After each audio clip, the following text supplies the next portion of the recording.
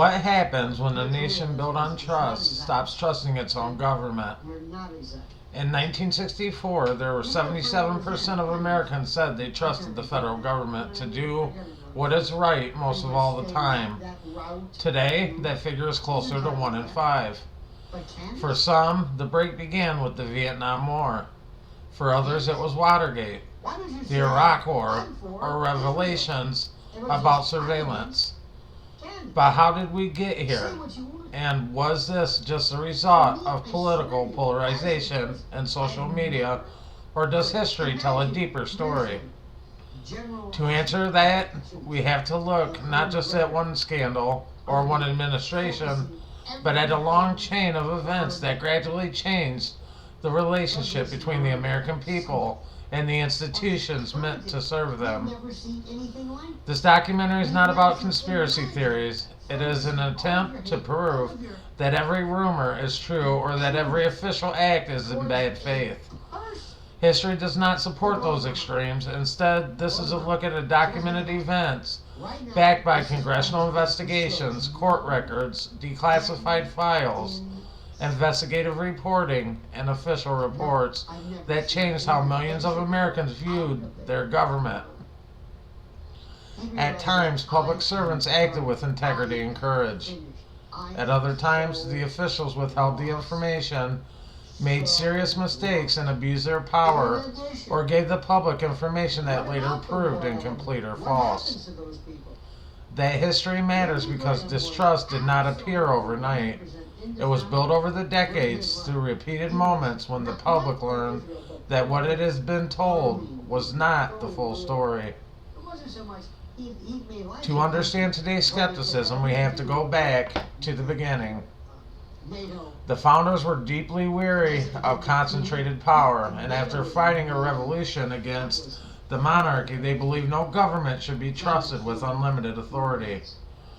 Many of them had seen firsthand how power could be abused when it was held too tightly by one ruler or one institution.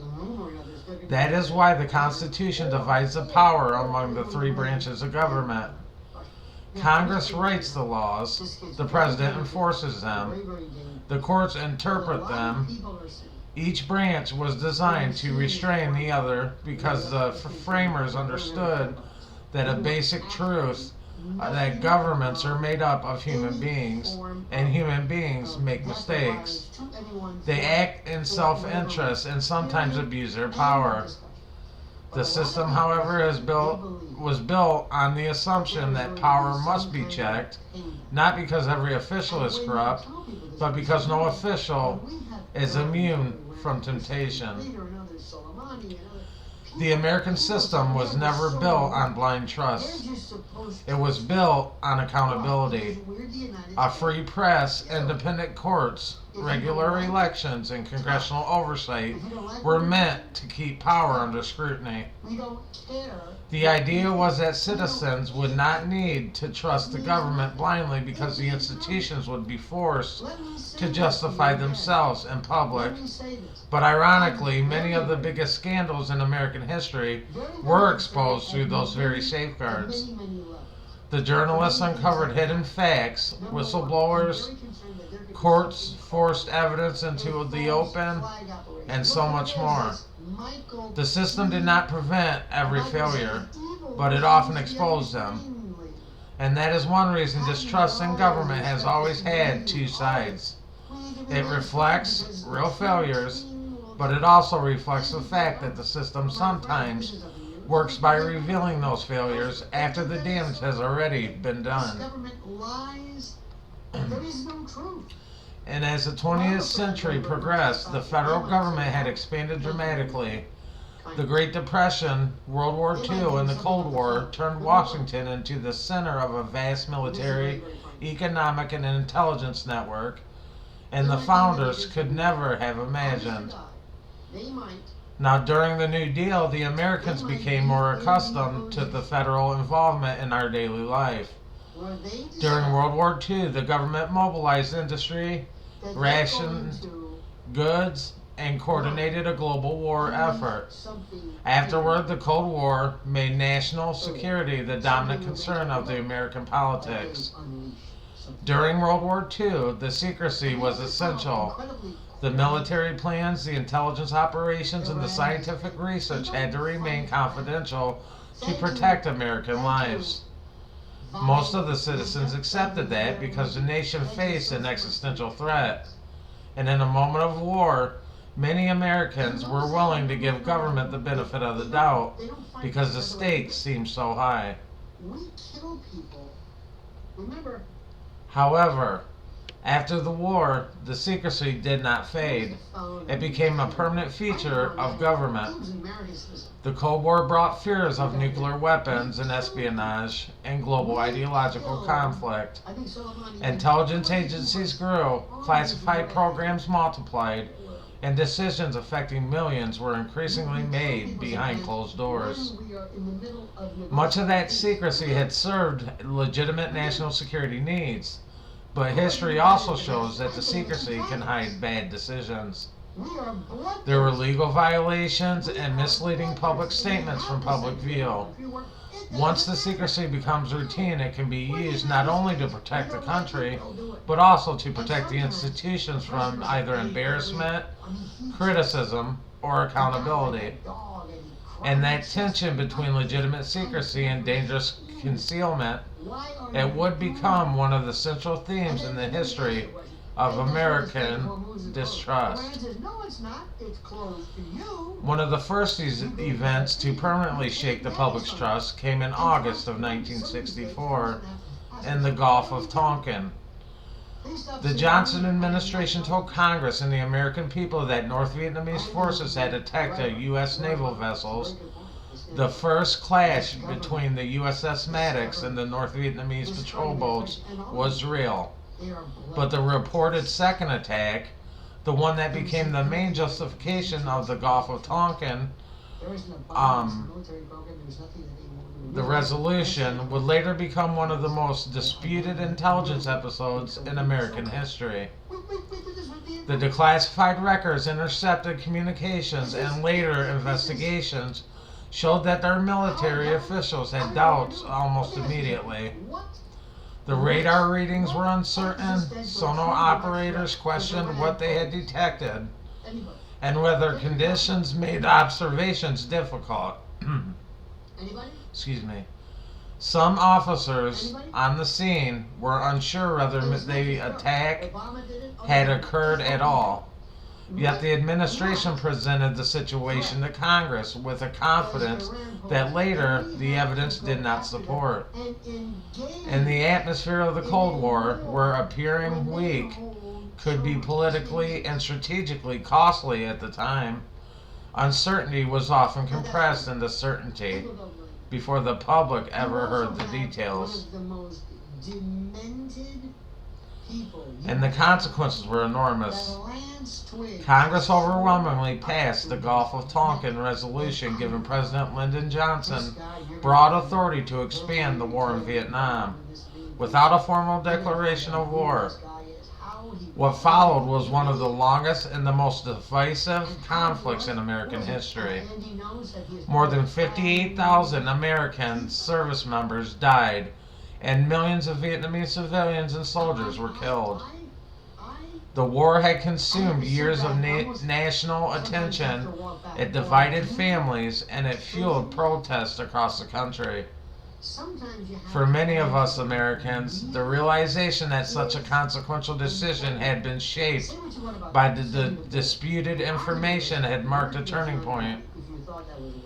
Whether seen as intelligence failure, a communication breakdown, or official overstating uncertain evidence, the episode deeply damaged trust in government during wartime. It had also taught a lasting lesson.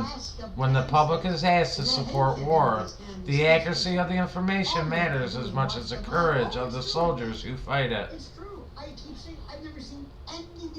If the Gulf of Tonkin planted doubt, the Pentagon Papers turned that doubt into widespread distrust in 1971. Military analyst Daniel Ellisberg leaked thousands of pages of classified Defense Department documents tracing United States involvement in Vietnam across multiple administrations. The paper showed that senior officials had privately acknowledged serious concerns about the war while publicly offering far more optimistic assessments. Americans who had trusted official briefings had suddenly saw how different the internal picture had been. The Pentagon Papers did not reveal one dramatic lie. They documented years of decisions, debates, and public statements that had exposed a wide gap between what leaders knew and what they were told the public. Now, that gap had mattered because it suggested the problem was not limited to one president or one moment. It was systemic, and it crossed administrations, parties, and years of policy making many of Americans wonder whether they had been told the truth at any stage of the war. And then came Watergate. At first, it looked like a political burglary, but the investigation had gradually uncovered a much broader effort to obstruct justice and conceal the White House involvement. The secret recordings, witness testimony, investigative reporting, and what began as a break in the Democratic National Committee headquarters became a sprawling scandal involving campaign operatives, White House aides, hush money, abuse of power, and efforts to use federal agencies for political ends. The scandal ended with the resignation of President Richard Nixon in 1974, and the only president in American history to leave office that way. But Watergate became more than a scandal. It became a national lesson that even the highest office in the land was not beyond accountability.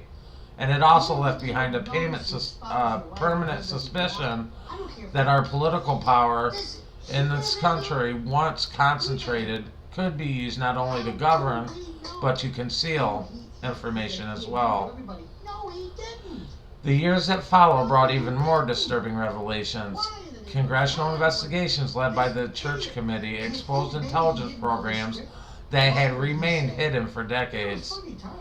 The FBI's COINTELPRO program had monitored, infiltrated, and disputed civil rights groups, anti-war activists, and political organizations, sometimes using tactics that violated legal and constitutional standards.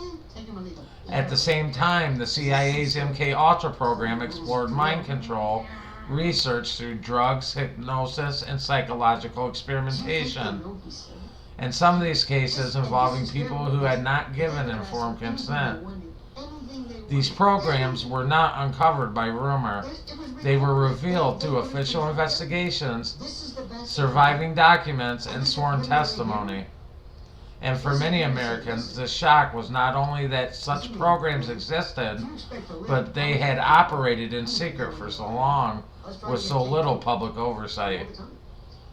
The revelations had suggested that even agencies created to protect the nation could, under the cover of secrecy, cross lines that ordinary citizens assumed were unthinkable.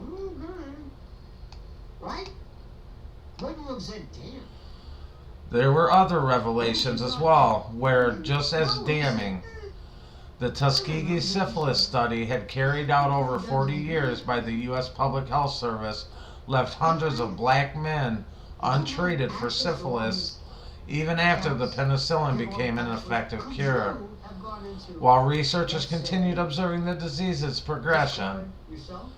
The men were not told the truth about their condition, and many were denied treatment they could have received. When the truth became public in 1972, the outrage swept the country and led to major reforms in medical ethics and informed consent that still shape our research today. The Tuskegee was especially devastating because it showed that distrust was not limited to foreign policy alone or intelligence agencies. It had extended into public health, science, and medicine, in areas where citizens, There's no proof. and in areas where citizens were supposed to feel protected and not exploited. Sorry, I lost my spot there. However, for many black Americans, the scandal confirmed long-standing fears that the government and its institutions had not always treated them as full citizens, deserving honesty and care. In the 1980s, the Iran-Contra affair had showed once again how government action could diverge sharply from public understanding. The senior officials secretly arranged arms sales to Iran while directing the proceeds to support the Contra rebels in Nicaragua. Despite the congressional restrictions, investigations later concluded that Congress and the public had been misled about major parts of the operation. The affair had revealed a government willing to operate through back channels when public law stood in the way to private policy goals. Several officials were convicted, though some convictions were later overturned or pardoned.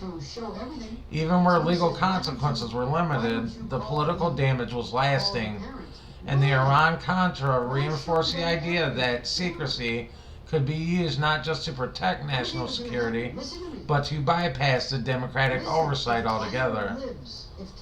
And more recently, the Edward Snowden disclosures had reignited the debate over the privacy, surveillance, and transparency. Classified documents revealed the scale of national security agencies' surveillance programs, surprising many Americans who believed government monitored was far more limited. The disclosures showed how much the digital communications could be collected, stored, and analyzed in the name of security. The supporters argued that the programs were lawful and necessary to prevent terrorism. But critics argued that the public had never been given a meaningful chance to debate the scope of the surveillance because the programs were hidden from view. The disclosures triggering lawsuits, legislative reforms, and lasting national debate over where the line between the security and our civil liberties should be drawn. They had also reflected a new reality in the digital age. Government power could extend into private life in ways earlier generations could barely imagine. The 2003 invasion of Iraq had become another defining chapter in the history of public trust. Our government officials argued that Iraq possessed active weapons of mass destruction, relying on the intelligence assessments presented by great confidence. And after the invasion, no active stockpiles were found. Later, the investigations concluded that the intelligence had been deeply flawed, shaped by analytical failures, unreliable sources, and faulty assumptions. The historians still debate how much of that failure came from systemic intelligence problems versus the factors, but the gap between pre-war claims and post-war reality had further eroded the public's confidence. For many Americans, Iraq was especially painful because it came after decades of earlier disappointments, such as it was not just that the intelligence was wrong, it was that the public had heard such certainty, or had heard so much certainty before, only to discover later that the truth was far more complicated. That pattern made it harder for the citizens of the United States to know when to trust official warnings and when to doubt them. Now, taking all that together, these events help explain why so many Americans now approach official statements with caution. They are reminders that our government, like all human institutions, can make serious mistakes, hide information, and sometimes deceive others. But history also tells another story, one just as important. The same constitutional system that allowed these failures also created the tools to expose them. The journalists pursued the truth under pressure, whistleblowers took enormous risks, and Congress investigated the misconduct, courts enforce the laws, and historians examine newly declassified records. These institutions did not eliminate the abuse, but they reportedly brought hidden actions to light. And in other words, distrust did not emerge because the system was entirely broken. It had emerged because the system repeatedly revealed that it had been broken in ways the public has not been told about.